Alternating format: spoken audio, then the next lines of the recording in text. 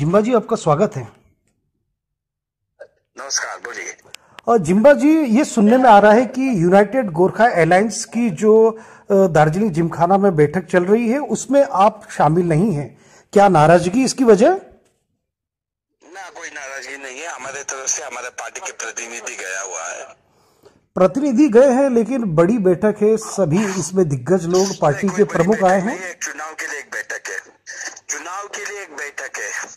कोई गोरखालैंड के लिए, कोई मुद्दा के लिए वो बैठक नहीं है। एक चुनाव के लिए एक बैठक है, वो क्या बड़ी बात है। तो महागठबंधन में जीएनएलएफ की भूमिका क्या है? ना, ये महागठबंधन नहीं है। एक यूनाइटेड अलायंस है, एक पंचायत चुनाव के लिए। इसमें कौन सा बड़ा बात है। साल 2019 में नीरज जिम्बा को समर्थन देने के लिए एवं राजू बिष्ट को समर्थन देने के लिए गोरखा इसी तरह से अलायंस के रूप में यूनाइटेड हुआ था। अलग बात था।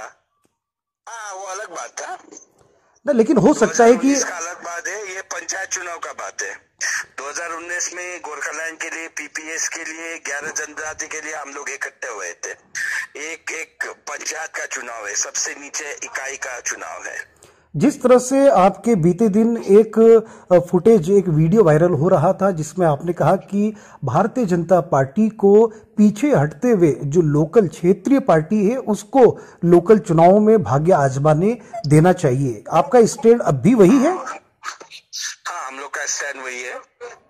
तो भारतीय जनता पार्टी विश्व के सबसे बड़े पार्टी है।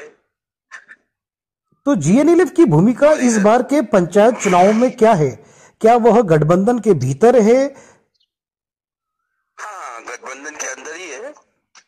गठबंधन के अंदर है, लेकिन हमारा कुछ आरक्षण है, हमारा कुछ रिजर्वेशन है, कुछ कंडीशंस है।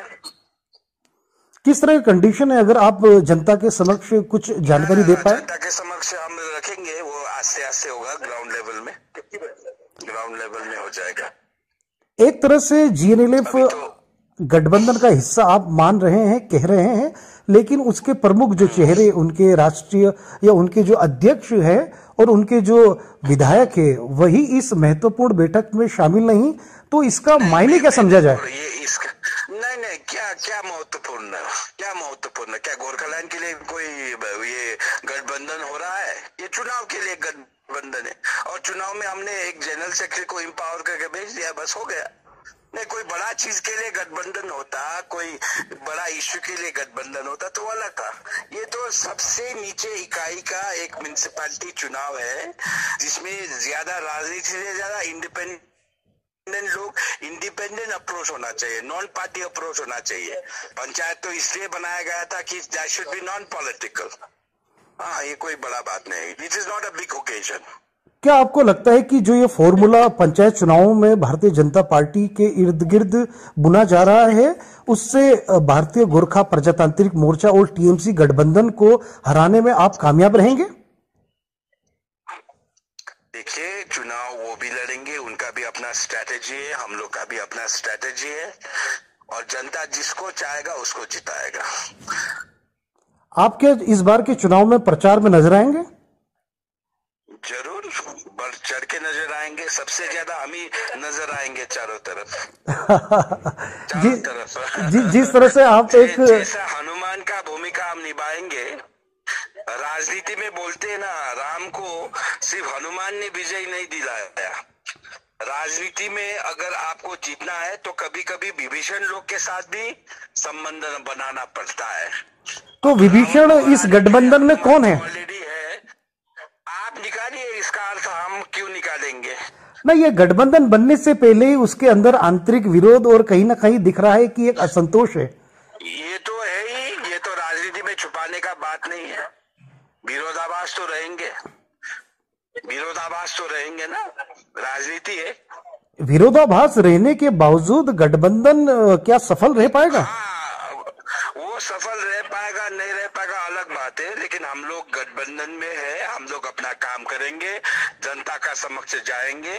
और मैंने बोला है कि रावण को मारने के लिए सिर्फ हनुमान काफी नहीं है, कभी कभी विभीषण को भी चलाना पड़ता है। ये बड़ा बयान दे रहे हैं आप, एक तरफ अपने विपक्षी को रावण कह रहे हो और अपने गठबंधन के सहयोगी को विभीषण भी कह रहे हो।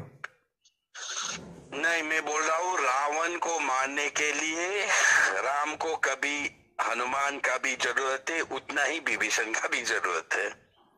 बस इसका अर्थ आप निकालो। चलिए, आप काफी रामायण और महाभारत की चीजों से पात्र निकाल आते हैं।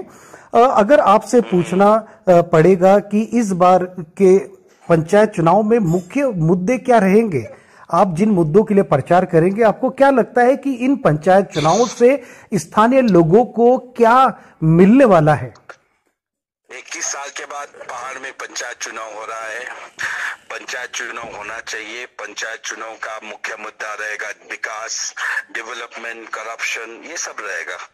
और गोरखालैंड का मुद्दा तो हमेशा चाहता ही रहता है, कोई भी चुनाव हो गोरखालैंड का मुद्दा तो रहता है। परमानेंट पॉलिटिकल सोल्यूशन का है। जी जी, थोड़ी नेटवर्क का इश्यू है। अगर आप मेरे को सुन पा रहे हैं तो ये आप जो जवाब दे रहे थे उसको एक बार पुनः दोहरा दीजिएगा। इलेक्शन जो होगा पहाड़ में वो विकास के मुद्दे पे होगा, करप्शन के मुद्दे पे होगा और बहुत सारे चीज के ऊपर होगा, क्योंकि 21 साल बाद यहाँ पे पंचायत चुनाव हो रहा है। आम जनता को जो पंचायत का फैसिलिटीज था वो नहीं मिल रहा था। अभी 2 टायर पंचायत सिस्टम है, ठीक है, अभी 2 टायर हो रहा है, 3 टायर नहीं हो रहा है। इसका मतलब है कि डीजीएसी अभी कहीं भी कॉन्स्टिट्यूशनली डीजीएसी भी जिंदा है। जीएनएलएफ का तो ये एक मोरल विक्ट्री भी है। ये चलिए, आपने अच्छी चीजें कही और अंत में आपसे, चूंकि आप व्यस्त हैं, अपने पार्टी के लोगों से लगातार आपका मिलना जारी रहेगा। जी, हम आपसे ये पूछना चाहेंगे विधायक जी कि इस चुनाव के इर्द गिर्द कहीं ना कहीं त्रिपक्षीय वार्ता का क्या होने जा रहा है? त्रिपक्षीय वार्ता का तो मैं नहीं जानता, लेकिन दिल्ली में एक वार्ता होगा। अगर वार्ता होगा होम मिनिस्ट्री लेवल पे तो वो त्रिपक्षीय वार्ता ही होगा, वो अलग है। ये ग्रैंड अलायंस जो बोल रहा है अभी गोरखा एकता का अलायंस, वो अलग है। ये सिर्फ इलेक्टोरल अलायंस है। और जो दिल्ली में वार्ता होगा वो पुराना अलायंस पार्टी है, वो लोग को निमंत्रण किया जाएगा और हम लोग अपने मुद्दा को आगे बढ़ाएंगे। जिस तरह से कहा जा रहा था कि जून माह में त्रिपक्षीय वार्ता आयोजित की जाएगी, लेकिन जून का पूरा महीना पंचायत चुनावों में निकल जाएगा, तो आपको लगता है कि त्रिपक्षीय वार्ता आगे खसकाया जाएगा? कि हाँ, नहीं, वो तो सेंट्रल के ऊपर में, दिल्ली के ऊपर में, अगर वो वार्ता करना चाहेगा तो वो तो हो ही सकता है। ये तो इलेक्शन कोड ऑफ कंडक्ट के दायरे में नहीं आता है, तो इसलिए अगर दिल्ली चाहेगा तो जरूर वार्ता होगा। त्रिपक्षीय तब होगा जब बंगाल पार्टिसिपेट करेगा। चलिए, आप वार्ता होने का संभावना है। चलिए, कहीं ना कहीं आपने बताया कि कभी पुराने जो दोस्त थे वो कहीं दुश्मन हुए, फिर वह स्वागत करने लायक या योग्य हुए हैं। राजनीति की धूप छांव लगातार बनी रही और आप भी लगातार अपने मुखर जवाब से लोगों को लगातार अपना रुख स्पष्ट करते रहे हैं। आपने हमसे बात की, आपका बहुत बहुत धन्यवाद। Thank you so much. Thank you.